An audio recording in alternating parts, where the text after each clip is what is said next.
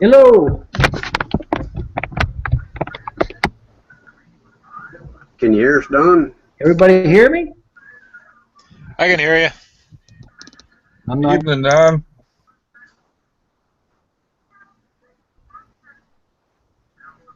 Can you hear us, Don?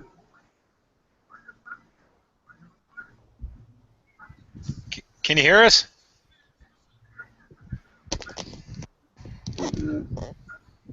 Has everybody got muted mics? I'm not getting no audio tonight.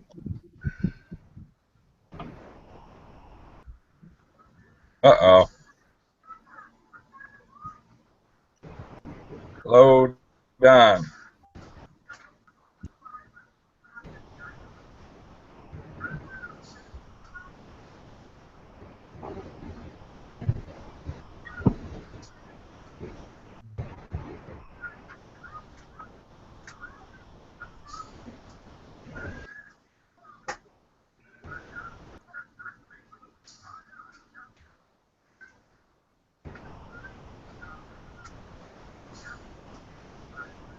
Let me try shutting it off and coming back and trying it again.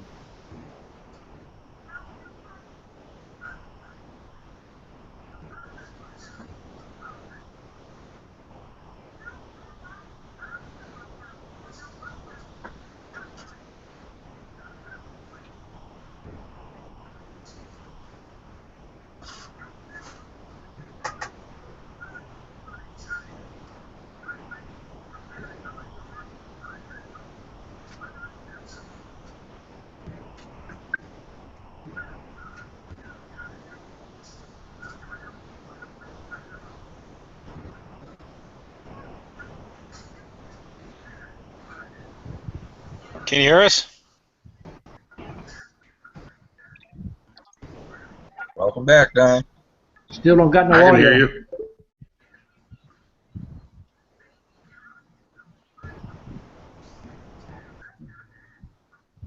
Yeah, let me see here.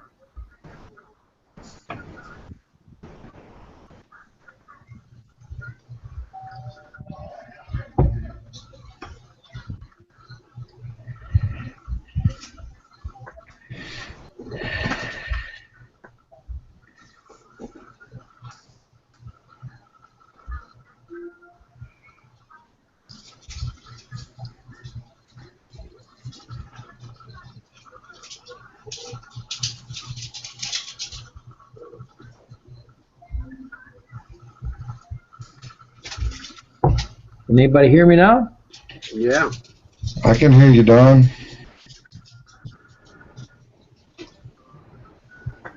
I'm not hearing nobody. Mm-hmm. Okay, is anybody hear me? Move it on.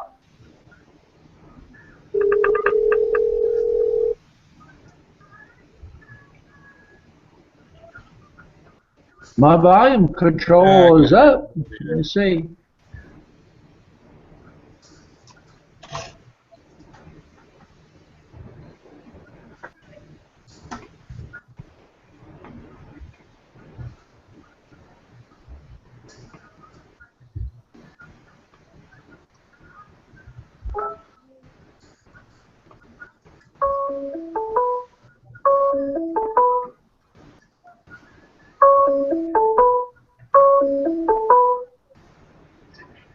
He had this problem last week, and he had to start a new chat, didn't he?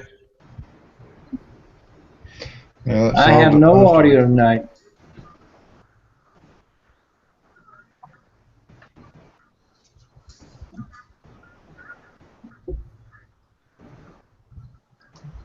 Let me start the computer again and see if that works. It might be a minute. Let me check it and see.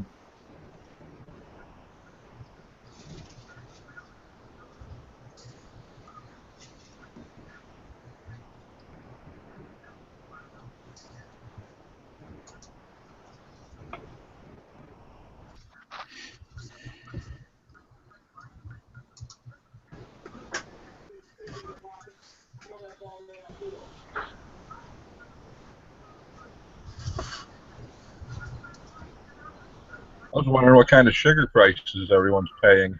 I've been looking high and low for the best deal.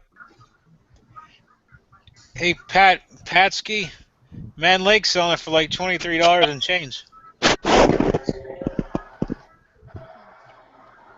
What size bag's that? It's a 50-pound.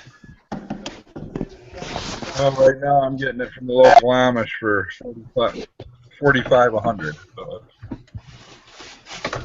You get 25 Man Man Lake. for 12.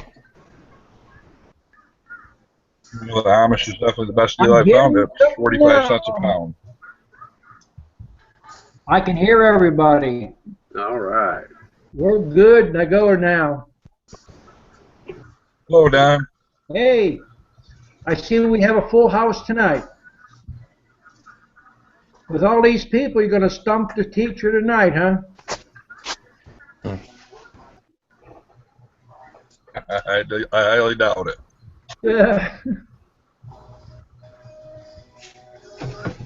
Well, I got a question right out of the gate. I had a small split. It was done on a honey frame, and they didn't have many bees. And I put a double wire screen bottom between the two hives and shook about 3 frames of bees in there and let them set for 2 days. Get the smell in there. Opened up. They balled the queen. So I got down in there, got her out, put her in a cage, left her for 3 more days, and put her in there, and they killed her when I turned her loose tonight. Got any idea? I've never used that method there of doing this double screen. I've used just a Denton cage, which is the wood cage. I put them in there with no workers. If you put workers in there, they're more apt to ball up the queen. So if you just put the queen by herself, no candy, they will feed her, and usually they accept it a lot better. Well, that was in a Denton cage, and the other half of that hive had already accepted her. She was laying in there. She just didn't have any of that. When I turned them other bees loose, all chaos went. Went to heck. You added more bees to a hive that had a queen in it? Is that what you're saying? Yeah, but I left them in that screen bottom board and left the 2 nukes, a nuke stacked on top of nuke, Yeah. for 3 days, and letting the smell get in there, and it didn't work. Well, now you can do 2 different methods. What we do up here is a lot faster, but you know, we take a risk. What we do is basically called marrying the 2 hives. We smoke them pretty good, and that way they all smell pretty good. They smell the same. But if you want to do it a different way, you can take a spray bottle of water, 2 or 3 drops of vanilla, and spray the hive. Spray the bees, spray the hive, everything. Everything smells the same, and usually they'll walk right on in. Just a couple drops of vanilla to a bottle of water, that's all you need? Yeah, usually most spray bottles are about a pint. So if you put 2 to 3 drops of vanilla in there, it throws the scent off. They all smell the same, so everything's blended together. What does a vanilla do? It just makes everything smell the same. It's basically what we're doing is we smoke the hive. We pull a frame from one hive and add it to another one without shaking the bees off. We smoke the new frame and then smoke the hive, so everything smells the same.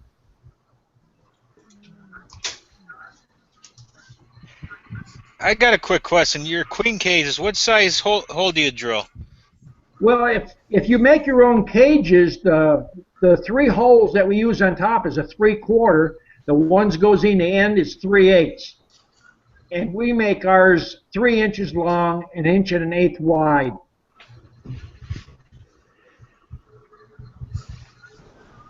If you're going to make your own cages, it's best to keep a little file and file those holes. Make sure you don't have any little pieces of wood sticking out, because the queen won't go in there very easy. So you got to have a nice clean hole.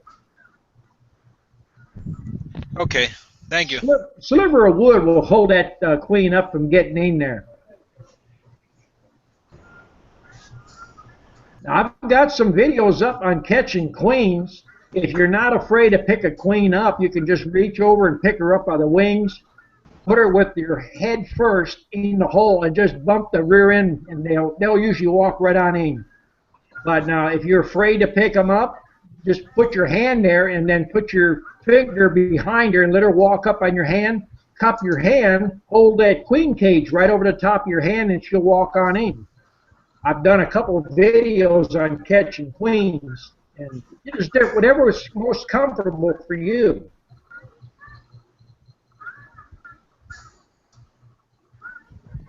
I've seen a few videos of that. I was just curious because I don't remember hearing you say the whole sizes.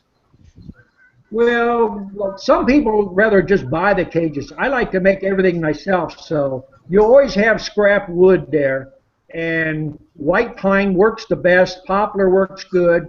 You could use any kind of wood, but I try to stay with the soft woods. They just bore out a lot better, and they don't have that rough look to it. You want good, smooth holes in there. I have some scrap 2x4s and stuff, so they're only small pieces, so I figured I could use them. Well, you're going to have to cut them down. Your 2x4s, if you bought them, they're 1 5/8 wide or tall. So if you're cutting them at 3/4, you're still going to have to run another saw cut on them. Usually 3/4 board, if you're cutting bee boxes, you're cutting out knots and stuff, you're going to have enough scrap that you can make all the cages you want. I forgot to ask, how deep do you go with the 3/4 hole? What I'm doing, you can do it two ways. The easiest way is to go to Harbor Freight and buy a Forester bit set. They're about $8 to $9. You can do it with a spade set, a spade drill, but you have to shorten that little end piece. And you want to just cut it to where there's a little pyramid where it won't walk around. It has to be done with a drill press. The Forester bit now, you can do that with a regular drill if careful. Don't, you can use a small little vise. Does it matter if you use nylon screen on that or metal, or does it matter? You can't use nylon screen. It has to be, you can't even use house screen. You've got to use what comes on bee cages. It's a package bee, like a package you buy. The little square holes are a little bit bigger than regular house wire. If you get too small a hole, they get clogged up and they don't get enough ventilation.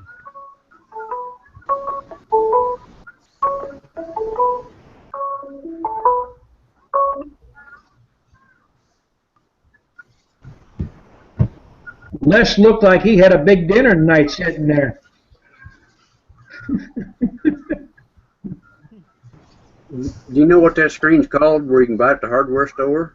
Well, the stuff that we use for our feeders is number 8 hardware cloth. And I guess it would be the size smaller than that.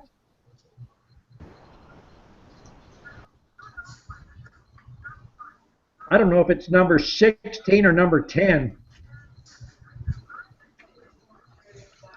You can buy it, at the bee supply house.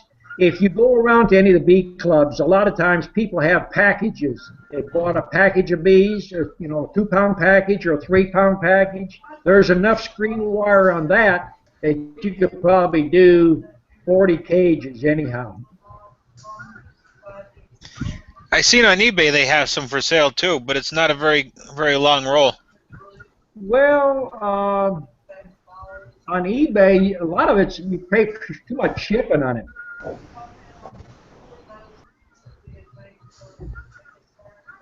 I bought a big roll of that stuff.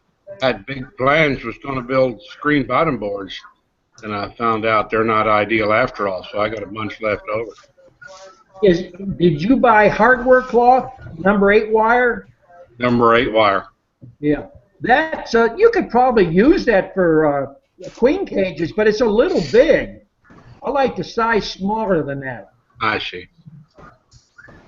But use what you got. I mean, it'll all work. Works great to close the beads in the front, staple them shut. Yeah, we do that there when people pick up nukes. But you can cut a 2-inch or a 2.5-inch piece, and fold it right over the edge of your bee box and get a 90-degree bend in it and just push it in the opening, and you don't even have to staple it. That spring back will hold it in place.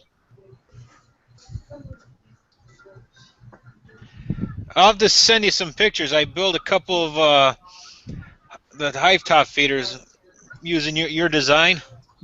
How you like them?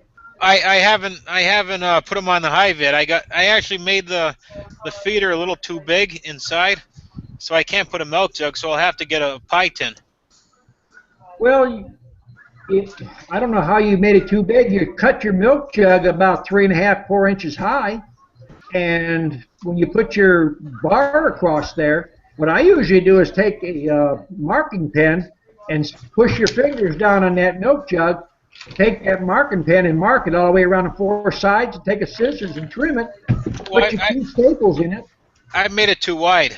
That was the thing. Well, what we done is we used to have about a 7 or 8 inch feeder with a ladder. That ended up being too much trouble, so we made a standard 5 inch, and that way we can use it in a 5-frame nuke or put 2 side by side, and you can use it into an 8-frame. Or if you're building 10-frame, you could put 2 side by side in a 10-frame. We try to do that so you have less extra parts you have to build, and everything's kind of interchangeable.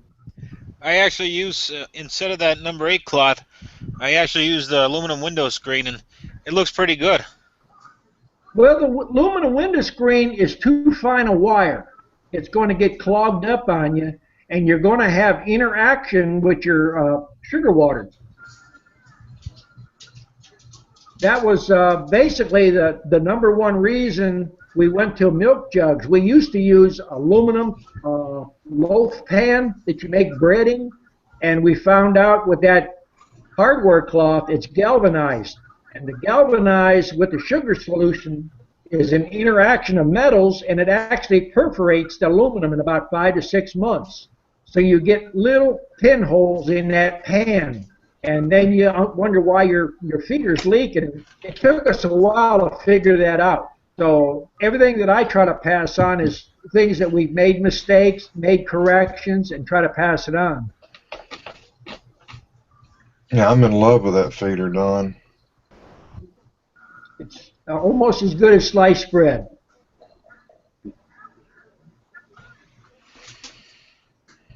I try to keep everything as simple as possible. That way, easy to build, easy to acquire, or a lot of times dumpster diving. Man Lake had a customer appreciation day today, so I went up there. Everything was 10% off. I grabbed 100 pounds of sugar, frames. I have them to make, so I'll be How much busy. they sell you frames for? Frames are $12 for 10. Whoa, that ain't appreciation at all. Well, that's before the discount, the 10%. Well, without the discount, I'm getting them 72 cents a piece, but I buy a pallet at a time. Well, I can't use a pallet right now though. Well, if you're buying them singly, I've sent students there to where they order stuff, and they get free shipping as long as you get $100 worth at a time. And even students that are only buying just 100 here or 50, they're getting them for 84 cents a piece. So $1.12 sounds a little high. Hey, Don, we went and looked at a bee tree today out in the middle of a pasture. It's way too big a tree to cut. It's got some big dead limbs on the top, so it's dangerous. Any way to get them bees out of there? Without cutting the tree? Yeah. No, you might trap some bees out, but you're never going to get the queen. The queen's just like the captain of the ship. She's going to be the last one to come out. And normally that hive will have wax moths and everything in there before she ever comes out. Well, I didn't know. We thought about drilling above it in the hollow part and smoking them out. There's only one small entrance at the bottom. Well, if you can get them out, do a video. I'd like to learn how to do that. We've tried everything. We tried drilling a hole in there and putting in Vigo, putting in a lot of stuff. You cannot get those bees out of that tree. The majority of the bees will not leave brooding there. and the queen's not going to leave as long as there's any brooding there, and bees take care. Your best bet is cut the tree down. Take a chainsaw and just lightly slice it on the sides, and you can split it in half. Yeah, that's a great big old tree though. It's just it ain't worth the effort. I mean, it's too dangerous. Well, I mean, it depends on how you look at it. Free bees is free bees, you know. But you know, anytime you're going to take bees or cut a tree down or do a cutout, I like to take a beehive and set it up about 50, 75 feet before I ever do that. That way, you got bees there to clean up all your dripping honey and everything else, so you don't lose your honey in that.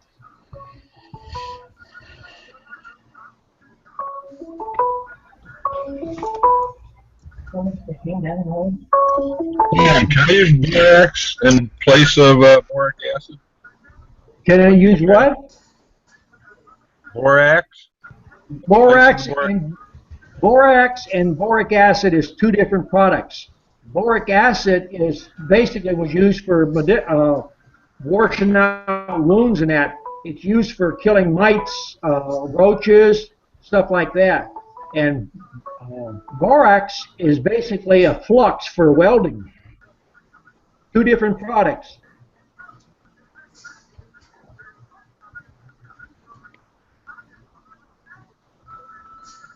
Okay, I just wondered about that. I've used borax to kill ants. Works pretty good.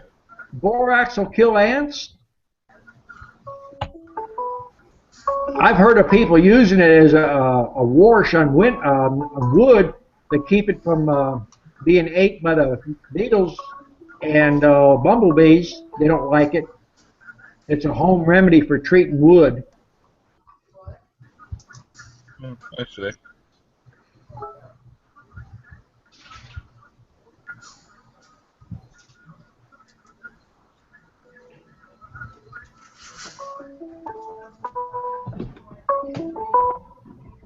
Sounds like other people trying to get in, and we can only do 10 at a time. We got a full house for sure. Yeah. Don, can you hear me? Are you getting your boric acid right on Amazon? The boric acid, yeah, you can buy it on Amazon and usually get free shipping on it. I buy my oxalic acid on Amazon because it's a whole lot cheaper than buying it local. Yep. That's where I got mine, right on Amazon. Don, thanks for answering my questions. I'm going to get off there so some of these other people can get on. Okay. I've run out of questions. I'll just listen. All right. Don, do you have a video on there about banking queens for the winter? Well, my son even asked me about that today. What I want to do is let the queens lay as long as possible to build numbers up. When you bank them, you shut that queen down, and it's not the greatest thing to do. If you're going to run several hundred queens, banking might be an option, but for 1 to 5 or 10, it's not a good option.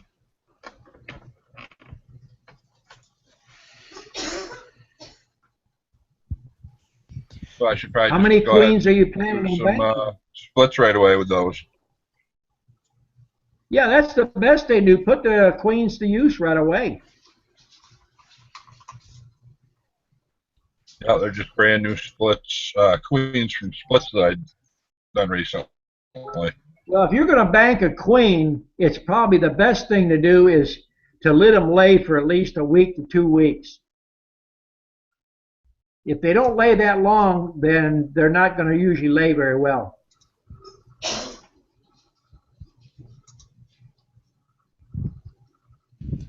What do you recommend to wrap the hive up for wintertime? I don't recommend doing a whole lot to it. I mean, if you try to seal it up, you're going to end up getting a lot of moisture in it. Leave the bees have ventilation. If there's too much ventilation, they'll propolis the hole shut. Because I know it got real cold up here last year in the winter for the winter. Well, I mean, it just depends on what you want to do to your hive. people that seal them up too much, put bales of straw around them and everything else, they end up getting too much moisture in. You got to have ventilation in there. The bees will survive in trees, without anybody messing with them, and then no one does anything to them for winter. Seems like the bigger the ventilation they have, the better they do.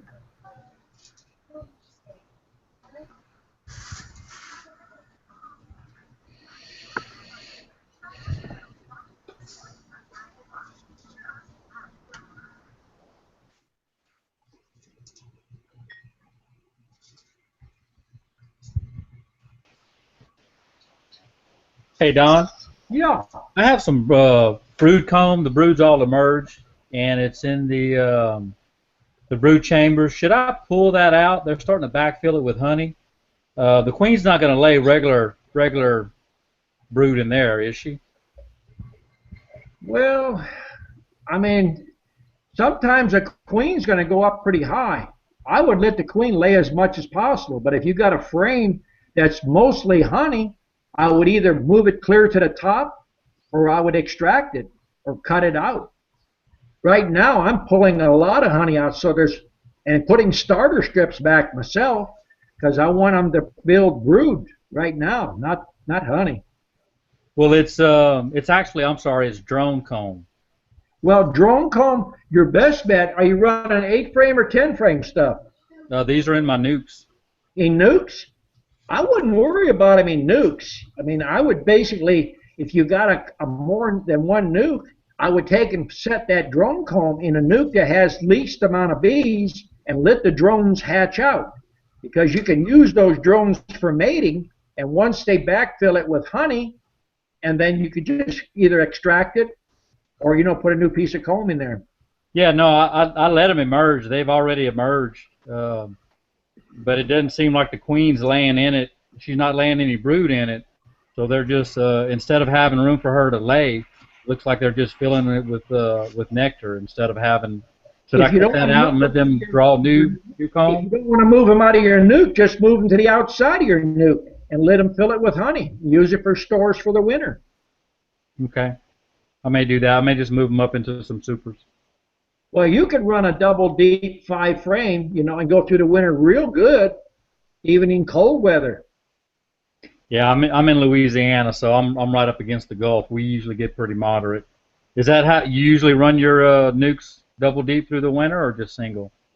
Well, if I got a bunch of nukes that I'm selling, I like to run double deeps until the customer picks up the lower half, and then when the customer goes, I throw a queen cell and I'm back in business again. But, running in Louisiana, I would run single story with a hive top feeder. That way you're going to use less honey than a double deep. You have less heat loss, and they're going to eat less honey.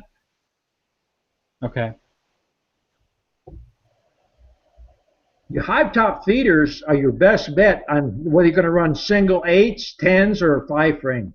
That way it confines heat down. They use less resources to keep warm. Yeah, I was thinking about that. I was thinking about letting them build up into doubles, and then maybe in February splitting them and letting them do queens and selling those as nukes. You should be able to start splitting probably in the 1st of January. When's your red maples coming? When's your first bloom in anything? Is red I think citrus may be our first bloom, and it's usually early February. There may be something before that. I'm not really sure. Well, if you got pollen coming in and you got drones carried over from the winter, you should be able to do splits early. Because, Okay. Some years it works out good. I've had mated queens in this yard right here. I'm north of Atlanta. I'm actually at the edge of the mountain range. And we've had them the 1st of March, but that's not going to say every year that that's what's going to happen. Right. Most of the time, we don't get enough pollen coming in from red maples until the 2nd to 3rd week in February. So that'll put us into the middle of March before we start getting good queens to start going out. Okay. Yeah, I was planning to watch for the drones to start getting some drone comb, and when I see those, I figured it would be time. Maybe 2 weeks after I see the first drone. Well, that's the main thing. If you got pollen coming in, you got drones, then you can start making queens. But if you don't have that, you're not going to be able to do it.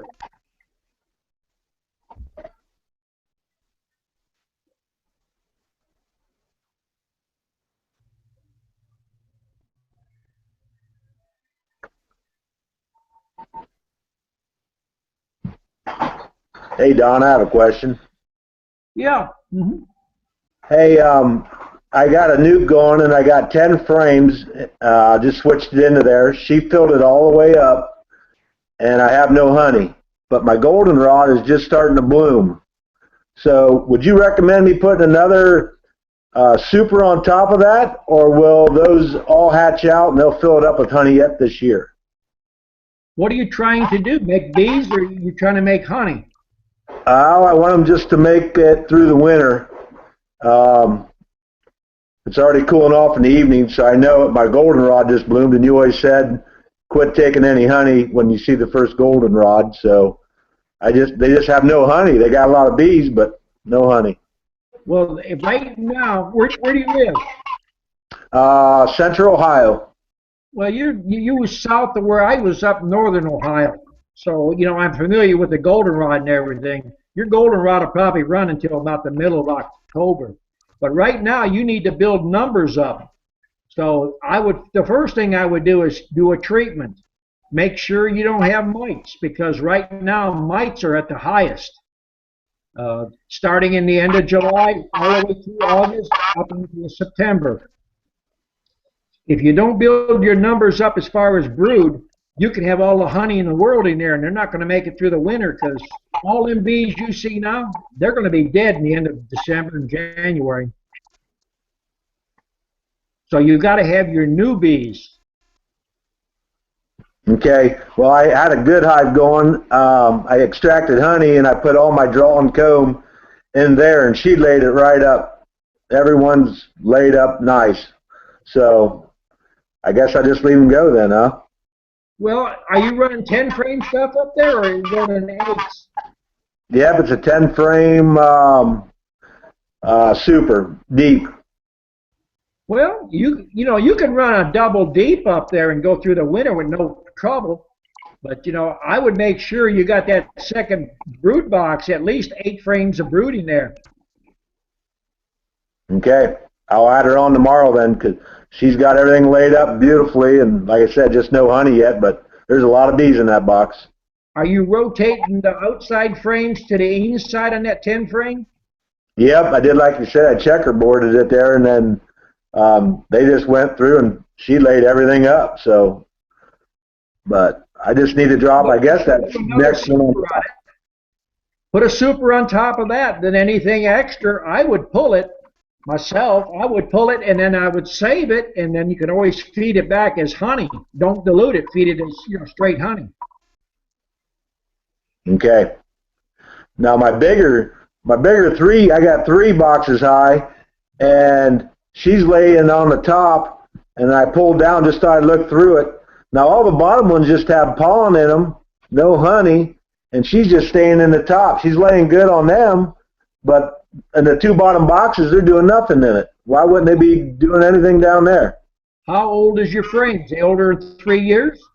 Yep, they are old. Well, I would try pulling the oldest ones out and replacing them with some new foundation or even a starter strip. Okay. She doesn't want to do with them. What you should do is put a date on them, or you can use the international marking colors, the year of the color, whatever year it is. I think this year it's blue. If it's blue this year, put a dot of blue on each frame, and then you know how old they are. And keep them frames rotated out. 3 to 4 years, and I wouldn't run them past that. Myself, 3 years, and I run them out. And I don't save comb from 1 year to the other. And if you put a frame in there with a starter strip, I'll guarantee you in about a week, go in there, every time you go there, the queen will be on that new comb and laying eggs. That's where you'll find her all the time. They seem, people say save old comb, it's so valuable, but I've showed people here over and over. New comb, they lay it up faster. Yep, I've kind of seen that myself. Yep. I would change out some of that comb in the bottom. It probably build up pesticides in it. If it's chocolate colored, like a Hershey bar or darker, That's what definitely it get is. rid of it. If it's Okay. on the dark chocolate to black coffee grounds, it's definitely contaminated. Okay. It's chocolate. And a piece of foundation, even if you don't have foundation, put that frame back in, cut it all out, put the frame back in. They'll draw their own comb. Better to have good comb in there, and that's the foundation for that hive. Okay. Well, I'm sitting pretty good. I got about 40 frames with new foundation ready to go in the refrigerator out there in the garage, so I'll just drop them in. Did you put fishing line in them? Yep, exactly how you did. And then I even got to draw some out, and it held together real good for me, so it worked out real nice. Oh yeah. What are you using? 8 pound or 12? I'm using 8-pound test because that's what my boys had left over in the back porch. Yeah. Well, see, when you strip off your fishing lines, that's the place to do it. Roll it up, and you can use it on those. And that's why I try to start to do these videos to save people money and things that work. Yeah, but worked great, and I spun some honey out. I had 50 pounds of honey in the top super out there in my deep, and it all held a good. I just spun it out, and so I put it all back in. They cleaned it up, and they're filling it back up. Well, I'll tell you something that you should try. A lot of people like to save their supers from one year to the next. When you get done extracting at the end of the year, cut all that wax out and put new wax in or starter strips first thing in the spring and see if you don't make more honey. All right, I'll give it a try. Because if you save that there, you're either going to have to cross stack it with your boxes to get lighting there, or you're going to have it ate up with wax moth. And if you're not using that cross method of stacking it, you're going to have to put wax moth crystals on it. So that at that point, you're contaminating your wax. That's why I don't like to use wax over and over. I've tried many different ways, and by doing new wax, you make more honey and your bees are healthier. Okay, I'll go in there and take the old stuff out, and I'll start dropping my new stuff in. I'll give that a try. So far, everything you told me has been great, so I appreciate it. Well, just try a little at a time, and you'll see it works. And a lot of advice I give out there, people said that it's worked good. Thank I'm you. going to be on about 5 more minutes. We're only going to run a 30-minute chat tonight, so if anybody else has got a question, I think Melissa's trying to get in there and she can't get her camera or mic to work. My mic. Can you hear me? We hear you now. Turn your volume up. Okay, well, it's up as much as I can get it. Can you hear me, though? We hear you now. Okay. You were just talking about pulling honey if you had run out of room in there and the queen didn't have, there wasn't enough room for the queen to lay and such. Right. When you pull that honey out, where do you store it? Or where should you store it? Well, if it's capped all the way, extract it. If you don't have an extractor, cut it out and chop it up with a knife and let it drain. Well, I'm going to throw a wrench in the gears here. I'm doing top bar hives. So I've got, boy, here we, don't poo-poo me now. Now you have to do the crush and strain method. Well, in that hive, you can always feed it back. See, that's the thing. So if so you mean crush it and then feed it back? Well, you strain it, put it in jars, and whatever you're not going to consume, you can feed back to the bees. Okay. I don't know if anybody ever explained. I think I've done a video on if frames is not totally capped, if you could extract them without it fermenting. The rule of thumb is pick the frame up. Now, it's going to be difficult with a top bar hive because you don't have a frame all the way around it. Right. But on a regular frame, you hold it by the sidebars, turn it sideways, give it a couple brisk shakes, and look at the top bars up underneath it. If you're not shaking out honey or nectar and nothing comes out, and it's half capped all the way down halfway and the other half is open, Yeah. nothing shakes out, then it's not going to ferment. That's the old way of beekeepers used to test it. So honey does not have to be 100% capped in order for it to be harvested. That's the way we do it here. But if you shake it and you get any kind of nectar splashing out or dripping out, Yeah. don't do it. You could cut the top part off that's completely capped and crush it. Now the stuff that's not totally capped, that you could just set out and let the bees recycle it back into the hive. Okay, because what had happened is I put a new package in there in April, and I had drawn comb, and they were Italians. So they fill that hive up and nothing flat. The 1st of June, I did a split, and then we were in a blackberry flow here. I'm in Oregon, and so they filled that when I did that split then, and I took the queen and put her in the split. So then the bees that were left, they filled that hive clear up with honey. So I ran out of room. And so they made a queen, and I have probably maybe 4 or 5 bars of brood in there, and it's fairly spotty. And so I'm just kind of, I'm not sure what to do if I just take out those combs that have nectar in them and uncapped honey and give them, because that's all foundationless, you know. Well, are you doing any kind of treatments at all? I have not done anything.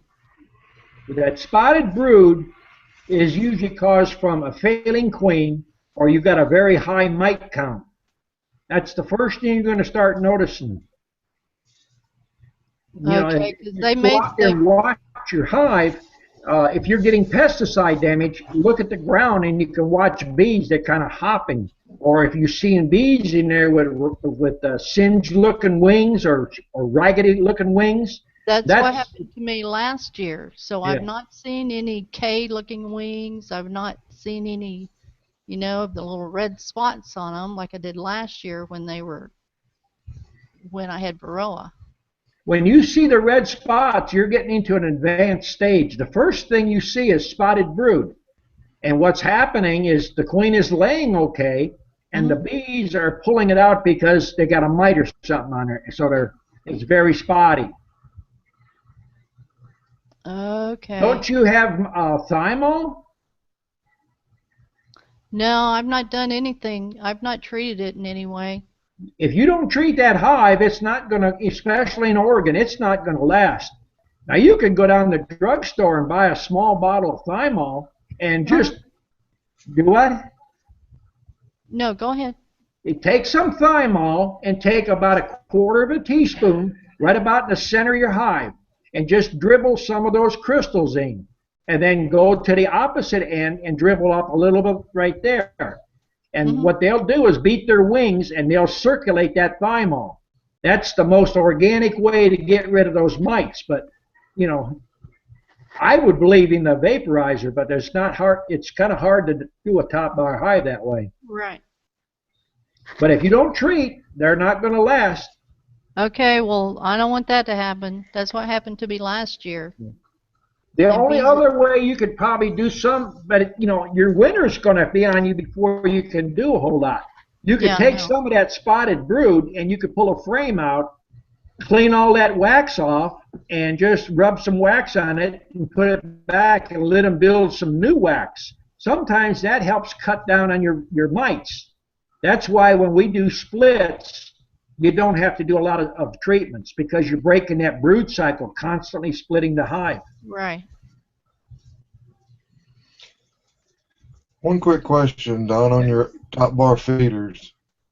How do you deal with the condensation issue? What we started doing, because a lot of people in different areas are getting condensation, we're drilling a 1-inch hole in the back of the feeder, and we're putting a screen on it. That way you have good ventilation in that hive top feeder. Okay, because I didn't drill a hole in the one I made. They're just eating it alive, and I am in love because I've got bees coming out on me trying to feed with a mason jar. Yeah, well, that's not too good with a mason jar. We've done that years ago, and you get a lot of jars busted because your fingers are wet and they're slippery from, doing the jars. And then barometric pressure changes over the night, and then if the jar's half full or half empty, it loses its vacuum and then starts drowning bees. Well, yeah, that's what I mean. I'm in love with it. I built one just to see if I liked it, and I'm in love. I've got a bunch of them to make. Yeah. Well, that's why we do the high top feeder. That's the best way to feed the bees, and there's no drowning of the bees.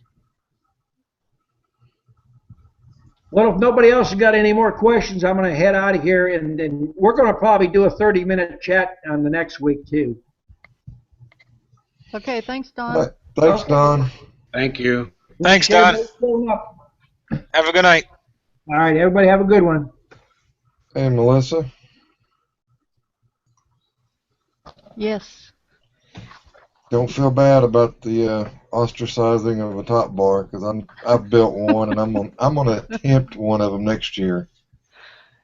I've got Well, nothing but Langstroths, and I'm gonna attempt one. And a buddy of mine that's been doing this for 50 something years, he built one, started it this year, and he loves it.